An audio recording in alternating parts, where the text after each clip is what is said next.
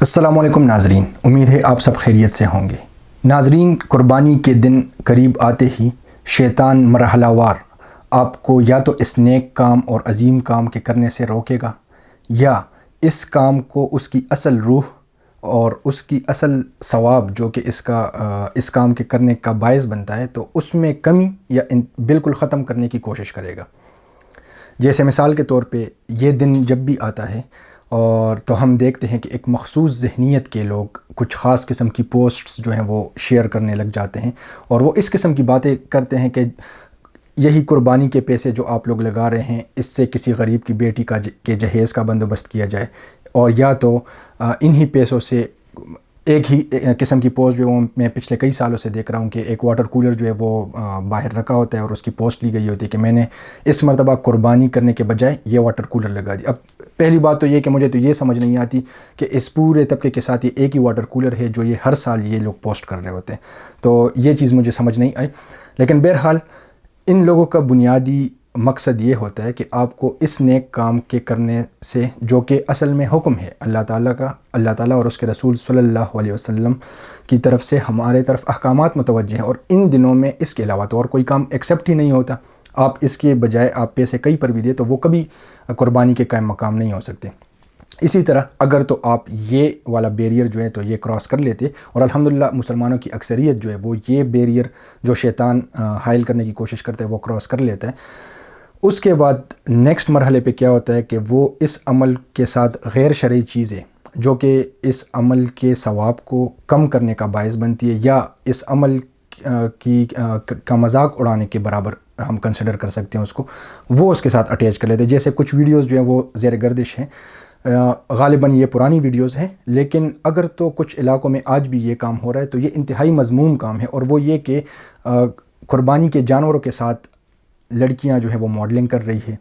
یا جو ہیں تو کئی پر ڈانس کے وہ ناچ گانے کے تقریبات منعقد ہو رہے ہیں، درمیان میں قربانی کا جانور کڑا ہے، تو یہ تو اس پورے فلسفے کی جو ہے ایک قسم کی ہم اس کا مذاق اڑا رہے ہیں۔ اور حیرت مجھے ان لوگوں پر ہوتی ہے جو کہ ارد گرد کھڑے ہو کر بڑے عجیب انداز سے ان سب کا لطف اٹھا رہے، اور کسی میں اتنی ایمانی غیرت نہیں ہوتی کہ جا کے ان کو روکے کہ بھئی یہ آپ لوگ ایک اسلامی جو تہوار ہے تو جو اس کا بنیادی فلسفہ ہے اس کا آپ مذاق اڑا رہے ہیں۔ اسی طرح اگر آپ یہ والا مرحلہ اس سے بھی بچ جاتے ہیں، جو کہ اگر میں جن علاقوں سے تعلق رکھتا ہوں تو ان علاقوں میں تو یہ چیز نہیں ہوتی، لیکن پھر اس کے بعد ایک اور مرحلہ آتا ہے، اور وہ یہ ہے کہ آپ یا تو آپ یہ عمل کریں لیکن اس کے مکمل ثواب سے آپ محروم ہو جائیں۔ وہ کس طرح؟ وہ اس طرح کہ ہماری نیت جو ہے اس میں فطور آ جاتا ہے،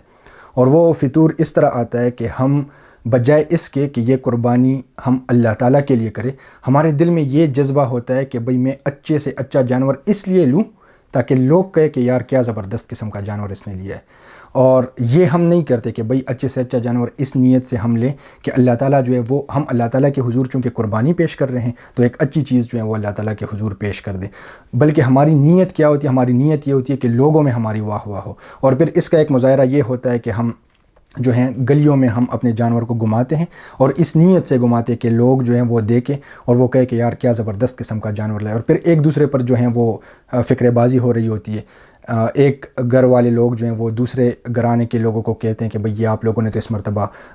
چوہے جیسا جانور لایا ہے، اور کوئی کہتا ہے کہ بھئی بلی لائی ہے، ہمارا جو ہے شیر ہے آپ کی بلی ہے، مطلب اس طرح کے ایک وہ مقابلہ بازی والا سین بنا ہوتا ہے۔ تو کیا قربانی کا فلسفہ واقعی یہ تھا؟ اور کیا ہم واقعی اس عمل کو اس کی اصل روح کے ساتھ ادا کر رہے ہیں؟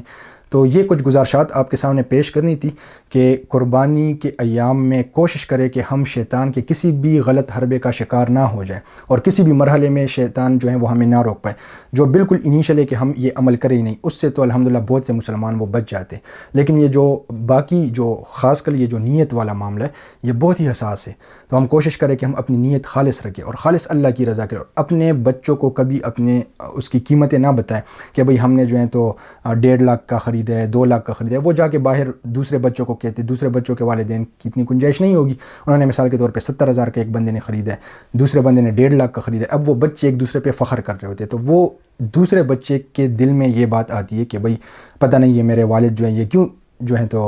اچھا والا جان. اب ان بیچاروں کو تو یہ سمجھ نہیں ہوتی کہ مطلب ہر بندے کی اپنی ایک استطاعت ہوتی ہے. تو یہ آپ سے چند گزارشات تھی. اللہ کرے کہ ہم یہ جو نیک عمل ہے ہم اس کو اس کے اصل روح کے ساتھ ادا کرنے والے بن جائیں. اللہ تعالیٰ ہم سب کو اس پر عمل کرنے کی توفیق عطا فرمائے. السلام علیکم ورحمۃ اللہ وبرکاتہ. سلام سلام سلام